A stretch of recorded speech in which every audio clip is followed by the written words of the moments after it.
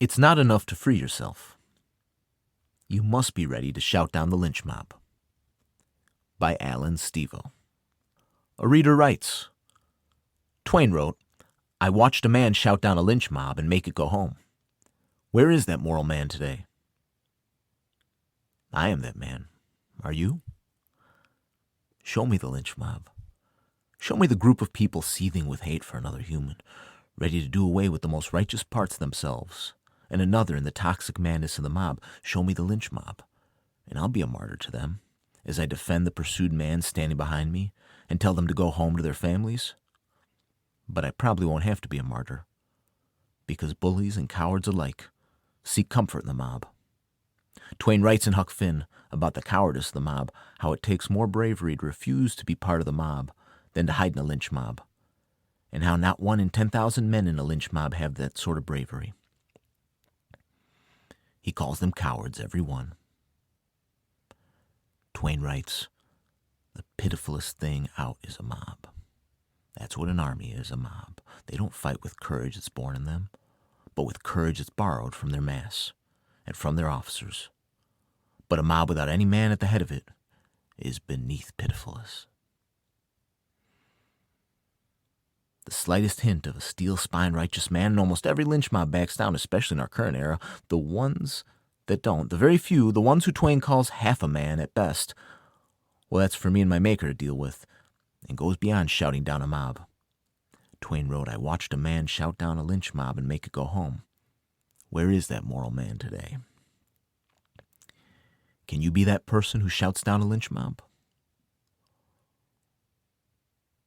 Lynch mobs don't carry nooses in the year 2020. The Jussie Smollett hoax and Bubba Wallace hoax show caricatures of thinking people. So do the Anti-Defamation League and Southern Poverty Law Center. They are heirs to some of the most awful aspects of American Puritanism, being overly literal and unimaginative. Such people easily become the lynch mob they claim to fear. Totalitarians don't issue yellow star mandates in 2020. Totalitarians aren't even anti-Semites in 2020, just as lynch mobs aren't anti-black in 2020. These are canards and distractions. It takes the overly literal to dwell on such topics as nooses and anti-Semitism, only to miss, or pretend to miss, the lynch mob they are working up with such tired canards. Conveniently for the totalitarians of 2020, canards, like nooses and anti-Semitism, are the perfect distraction to feed to a largely well-meaning populace, genuinely concerned with justice and civil rights. A righteous man, a brave man, can knock down a mob of 10,000 or more with his courage. Twain wrote, I watched a man shout down a lynch mob and make it go home. Where is that moral man today? How do you recognize the lynch mob? You identify your boundaries. You communicate your boundaries. You defend your boundaries. You identify your values. You communicate your values. You defend your values. You affirm at this moment, this very moment, to stand up for what's right whenever anyone or anything violates those values in your presence. You do that, and not only will you never again have trouble seeing the lynch mob, you'll have trouble being able to not see the lynch mob. From your wonderful 2-year-old daughter to your wonderful 80-year-old mother-in-law, you will be able moment by moment to see the lynch mob at work. Little, potent pieces of the lynch mob and its cowardice are all around and eager to be summoned together in pursuit of a target. It is not the noose that is evil. It is not the act of lynching that is evil. It is not even the existence of a mob that is evil. No, none of those. In fact, the death of the tyrants, like Mussolini and Ceausescu, were wonderful uses of the lynch mob. It is the violation of values that makes the lynch mob so evil. Vow now. Say these words aloud. For yourself and others. I vow to never again back down from a lynch mob. Say it. I vow to never again back down from a lynch mob. Say it again. I vow to never again back down from a lynch mob. The brave man has no need to fear a lynch mob ever chasing him. The brave man is willing to stand up to the lynch mob that makes the bad decision of chasing another man into the brave man's presence, a place from which the cowardly mob will certainly be dismissed from in shame. Twain wrote, "I watched a man shout down a lynch mob and make it go home. Where is that moral man today? Yesterday, I shouted down a lynch mob. Will you vow to shout down a lynch mob today?" I had no stake in the game. This lynch mob was made of people who, over the course of their existence, have made a libertarian luminary's life a little less free and a little more of a hassle. That luminary needed a little reinforcing from a disinterested third party, and that's what he got. The lynch mob was not many people in a field yelling mindlessly. They didn't wear swastikas on their arms or carry nooses. There were no hoods. Those are symbols they purport to abhor. Yet they so embrace the greatest horrors associated with those symbols as judged by the daily actions they take.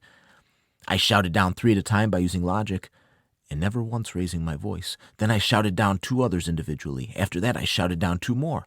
And when I was all done, I wrapped up things with such a nice bow. There was no shouting, only communicating, educating, and processing. I spoke in words that they could understand and with insistence that made those words stick. It took just a few minutes. Managers and situations and policies and precedents. I told my perspective, I asserted myself, and I made sure this mindless lynch mob behavior would never again affect anyone in that place, especially not that libertarian luminary. What were the details? They shouldn't matter. Opposing the face mask, vaccine mandates, medical utilitarianism, deplatforming those who ask inconvenient questions, censorship, the nighttime raid on your neighbor's house, the imprisonment of political heroes, the closing of churches. These are all the same. If you can't steady your footing and take a stand now on simple topics, like face masks and managers who so arrogantly raise their voices at customers with the most pretentious and outlandish and flimsy lies about their chain's national policy, a policy that you can joyfully be able to help train the local staff about in the most unforgettable of ways, if you can't rise to the occasion in minor moments, you won't be able to do so when you find yourself on a far more slippery slope than we are on today. Freedom is yours if you will just reach out and grasp it.